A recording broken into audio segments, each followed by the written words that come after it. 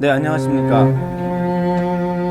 네, 이번 시간에는 메시아의 강림과 재림의 목적에 있어서 61번 예수님의 십자가의 죽음은 하나님의 예정이었는가 하는 제목을 가지고 여러분과 함께 공유하도록 하겠습니다. 네, 예수님의 십자가의 모습이죠. 예수님의 십자가를 통한 구원은 그 정확한 평가가 어떻게 될까요?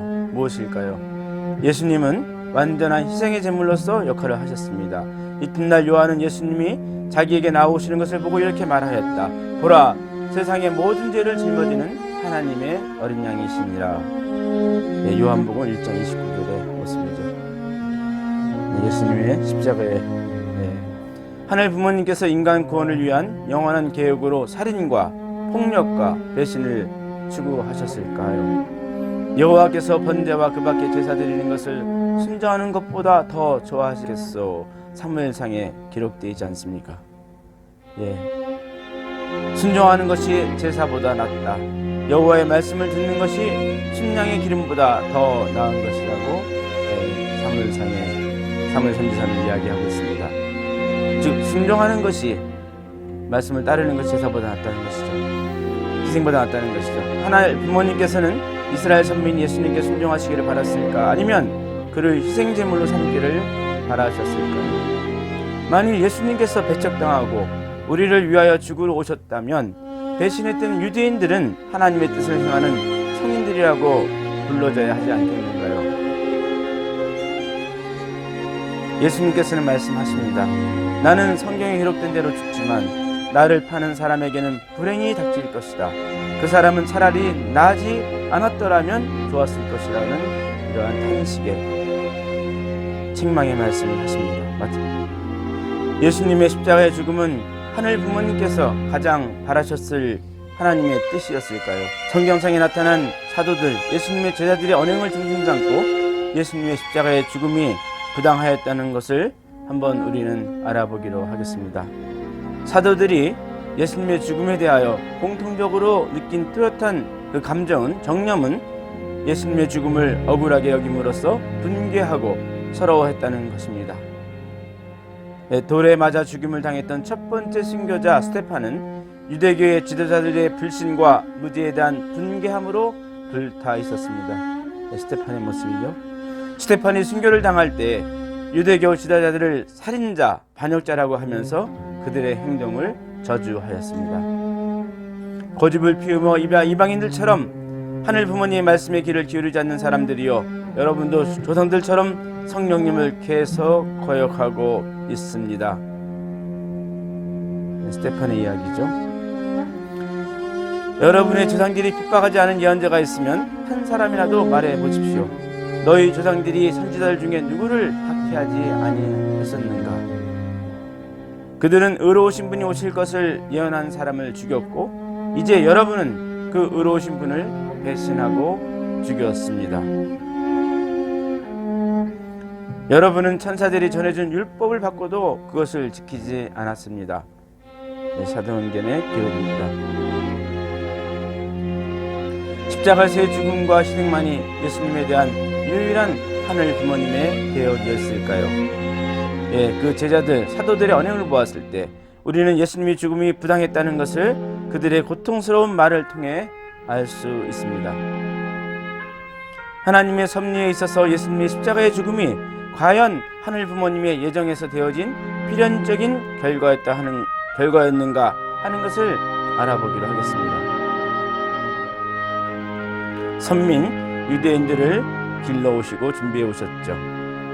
2000년간 예수님이 오실 때까지 하늘 부모님께서는 아브라함의 후손에서 이스라엘 천민을 부르시어 보호 육성하시고 때로는 고난과 시련으로 인도하셨습니다.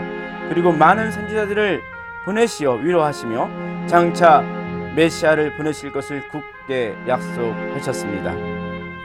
성막과 성전을 지음으로써 메시아를 맞을 준비를 하게 하셨고, 그렇죠. 모세의 성막과 솔로몬의 성전을 통해서 하나님 거주하실 곳을 상징적 성전을 지으게 하고, 실제로 성전으로 오시는 예수님을 맞을 준비를 하게 했던 것입니다.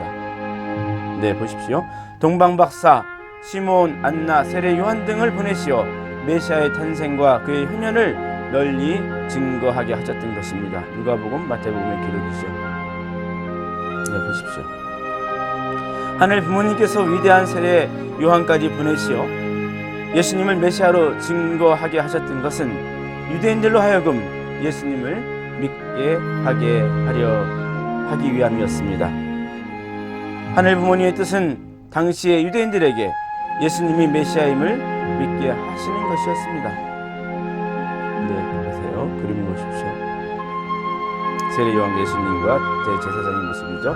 만일 저들이 하나님의 뜻대로 예수님을 메시아로 믿었더라면 오랜 역사의 기간을 두고 고대해왔던 그 메시아를 누가 십자가에 내주었을 것이었겠습니까? 메시아가 오시는 길에 방해가 되기를 그들이 과연 원했겠습니까?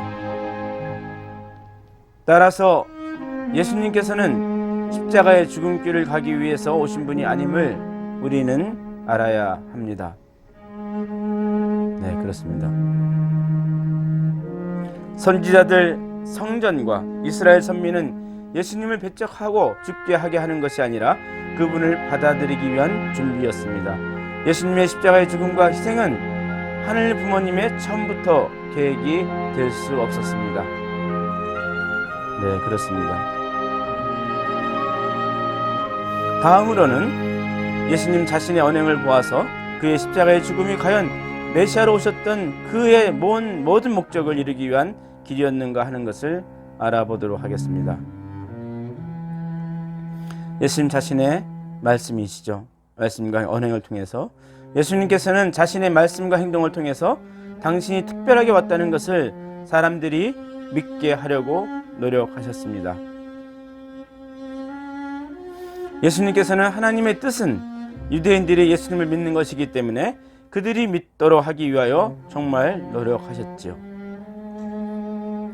예수님께서는 제자들이 어떻게 하면 하나님의 일을 할 수 있는 것인가 물었을 때 하나님이 보내신 자를 믿는 것이 바로 하늘 부모님의 일이니라 라고 대답하셨습니다. 어느 날 유대인들의 배신 행위를 가슴 아프게 생각하시고 호소할 것이 없어 성을 바라보다가 우시면서 예수님께서는 하나님께서 2000년 동안이나 애쓰시며 사랑으로 이끌어온 이스라엘 선민은 두말할 것도 없고, 네, 보십시오. 이 성마저 돌 하나도 돌 위에 남기지 않을 정도로 멸망해 버리고 말 것이라고 저주하시면서 이는 권고받은 나를 내가 알지 못함으로 인함이라고 명백히 그 이스라엘 백성들의 지도자들의 무지를 지적하셨던 것입니다. 예수님께서는 다음과 같이 말씀하시면서 당시 유대인들의 무지를 분명하게 지적하셨습니다. 너와 내 자녀들을 완전히 멸망시키고 돌 하나도 그대로 남겨두지 않을 때가 올 것이다. 이것은 하늘 부모님께서 너희에게 찾아온 때를 내가 너희들이 알지 못했기 때문이다. 이런 증오의 저주의 말씀을 했습니다. 어떤 경우에는 예수님께서 예루살렘의 유대인들의 불신앙과 완고함을 비통해 하시면서 예루살렘아 예루살렘아 내가 예언자들을 죽이고 하늘 부모님이 보내신 사람들을 돌로 치는구나. 네, 그렇습니다. 암탉이 병아리를 날개 아래 품듯 내가 내 자녀를 모으려고 한 적이 몇 번이냐. 그러나 너희가 원하지 않았도다. 네, 마태복음 23장 1절에 이렇게 비통해 하시고 슬퍼하신 예수님의 말씀이 있습니다. 예수님께서는 자기를 위하여 증거하고 있는 성경을 보면서도 믿지 못하는 그 유대 지도자들의 무지를 책망하시기도 하셨습니다. 너희는 성경에서 영원한 생명을 얻은 줄 알고 생각하고 성경을 부지런히 연구하고 있는데 바로 이 성경이 나를 증거하고 있다. 그런데도 너희는 나에게 와서 영원한 생명을 얻으려고 하지 않는도다 라고 예수님은 그들을 질책하시고 책망하시고 저주하셨습니다. 내가 내 아버지의 이름 왔어도 너희는 나를 받아들이지 않았다. 그러나 만일 다른 사람이 자기 이름으로 오면 너희가 그를 기꺼이 맞아들일 것이다 라는 아쉬움도 토로하십니다. 예수님께서는 그들의 불신을 돌이키시기 위하여 또한 많은 이적과 기사를 보여주시기도 하셨죠. 그러나 내가 아버지의 일을 하거든 나는 믿지 않더라도 그 일만은 믿어라. 그러면 너희가 아버지께서 내 안에 계시고 내가 아버지 안에 있는 것을 확실히 알게 될지니라. 요한복음 10장 28절이죠. 그러나 그들은 그 놀라운 일들을 보면서도 예수님의 그 이적과 기사를 보면서 바알세불이 붙은 자라고, 귀신 붙은 자라고 오히려 비난하였던 것입니다. 때로는 그들에게 화 있으리라고 분노를 퍼붓기도 하셨습니다. 예수님께서는요, 율법 학자들과 바리새파 사람들아, 너희 위선자들에게 불행이 닥칠 것이다. 너희는 하늘나라 문을 가로막고 서서 너희도 들어가지 않고 들어가려는 사람도 못 들어가게 한다 라며 그들에게 분노와 증오를 나타내기도 하셨죠. 위에서 은중한 모든 사실로 보아 예수님의 십자가의 죽음은 그가 메시아로 오셨던 그의 전 목적을 완성하기 위한 예정에서 온 필연적인 것이 아니라 유대인들의 무지와 불신의 결과로 온 것임을 우리는 알 수 있습니다. 이러한 증거는 예수님께서 십자가에서 마지막으로 하신 말씀에 잘 나타나 있습니다. 그때 예수님은 아버지, 저 사람들을 용서해 주십시오. 저들은 자기들이 하는 일을 모르고 있습니다 라고 그들의 용서를 구하시기도 하셨죠. 만일 예수님의 십자가의 누정이 하늘 부모님께서 본래대로 예정하신 길이었더라면 무엇 때문에 겟세마네 동산에 있어서 3번씩이나 심각한 피눈물의 기도를 올리셨을 것입니까? 아버지, 할 수만 있으면 이 고난의 잔을 내게서 거두어 주십시오. 그러나 제 뜻대로 마시옵시고 아버지의 뜻대로 하시옵소서라고 예수님은 피눈물의 기도를 했던 것입니다. 그것은 인간이 타락된 이후 4,000년 동안이나 하나님께서 이루시려고 애쓰셨던 지상천국이 유대인들의 불신으로 말미암아 이루어지지 않고 예수님께서 재림하실 때까지 고난의 역사가 그대로 연장되리라는 것을 잘 알고 계셨기 때문입니다. 네. 그래서 이 쓴잔을 피할 수만 있으면 피해 달라고 예수님께서는 겟세마네 동산에서 기도하셨던 기록이 있죠. 예수님께서 모세가 광야에서 뱀을 쳐든 것 같이 나도 높이 들려야 한다라고 말씀도 하셨습니다. 네, 보십시오. 이스라엘 민족이 이집트에서 가나안 땅으로 들어갈 때에 광야에서 모세를 믿지 않게 되자 불뱀이 나와서 그들을 물어 죽이게 되었기 때문에 그런 기록이 출애굽기의 내용이죠. 하늘 부모님께서는 구리뱀을 장대 끝에 매달게 하여 그것을 쳐다본 사람들을 살게 하셨던 기록이 있습니다. 네, 그렇습니다. 네, 보십시오. 네, 구리뱀이 장대에 걸려있는 마찬가지로 유대 민족이 예수님을 믿지 않음으로써 만민이 지옥으로 가야만 되게 되었기 때문에 보십시오. 장차 예수님께서 구리뱀과 같이 십자가에 달리신 후에 그것을 쳐다보고 믿는 사람만이 구원을 받게 될 것을 예견하시면서 예수님께서는 당신의 그 서글픈 심정으로 그렇게 말씀하신 것입니다. 네, 그렇습니다. 보십시오. 예수님의 십자가의 죽음과 그 희생은 하나님 부모님의 처음부터의 계획이 아니었습니다. 그는 제자들의 언행을 통해서 보았고 유대인들을 준비해 오신 하나님의 섭리를 보았어도 그렇고 예수님 당신 스스로의 언행을 보았어도 알 수 있었습니다. 예수님의 십자가의 죽음은 하나님의 뜻이 아니었다는 다른 증거는 예수님이 오셔서 다윗의 보좌에 앉으시고 영원한 왕국을 세우기 위함이라는 성경의 예언이기도 합니다. 네, 보시겠습니다. 성서상의 예언을 보았을 때 예수님의 십자가의 죽음은 하나님의 뜻이 아니었다는 것을 알 수 있습니다. 한 아기가 태어났으니 우리에게 주신 아들이다. 그가 우리의 통치자가 되실 것이니 이사야서 기록이죠. 그 이름은 위대한 스승, 전능하신 하나님, 영원히 계시는 아버지, 평화의 왕이라 하리라. 네, 이사야서 9장 6절에 7절의 기록입니다. 그 정사와 평강의 더함이 무궁하며 또 다윗의 왕자와 그의 나라에 군림하여 그 나라를 굳게 세우고 그의 왕권은 한없이 신장되고 그의 나라는 영원 언제나 평화로울 것이며 그가 다윗의 왕위에 앉아 그 나라를 굳게 세우리라. 예, 그렇습니다. 공정함과 의로움으로 영원히 다스릴 것이다. 전능하신 여호와의 열심히 이것을 이루리라 라는 이사야서 9장 6절 7절에 영광에 주로 오시는 예수님에 대한 예언이 있습니다.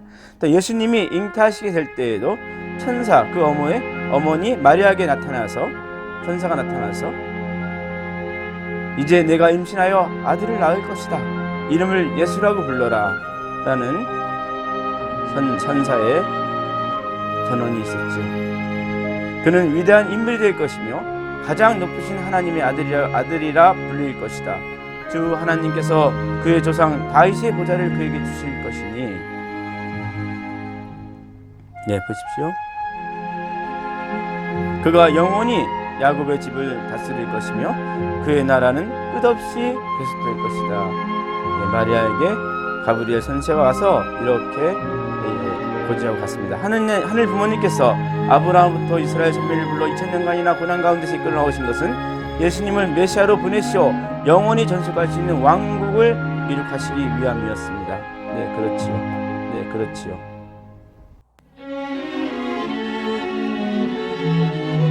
네, 예수님께서 메시아로 오셨다가 유대인들에게 몰려 십자가에 살해당하신 이후에 이스라엘 민족들은 선민의 자격을 그만 잃어버리고 유대인 민족주의자들은 종교를 추구하다가 기원후 66년에 로마 제국에서 완전히 멸망하게 됩니다. 로마 제국은 이스라엘을 완전히 파괴해서 기원 후 70년도에 보십시오.